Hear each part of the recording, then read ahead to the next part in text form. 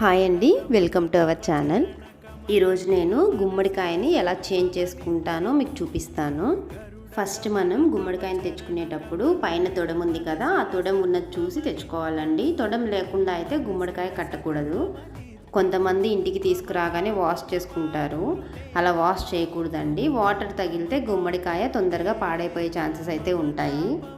నేనైతే బుధవారం కానీ శనివారం కానీ కట్టుకుంటానండి. ఆ 2 డేస్లో కాకుండా అమావాస్య రోజు కూడా మనం కట్టుకోవచ్చు.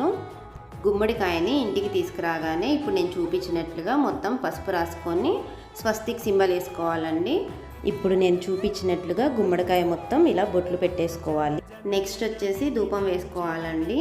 ఇలా ధూపం వేసుకొని నైట్ అంతా నేను దేవుడి దగ్గర పెట్టేస్తాను గుమ్మడికాయని.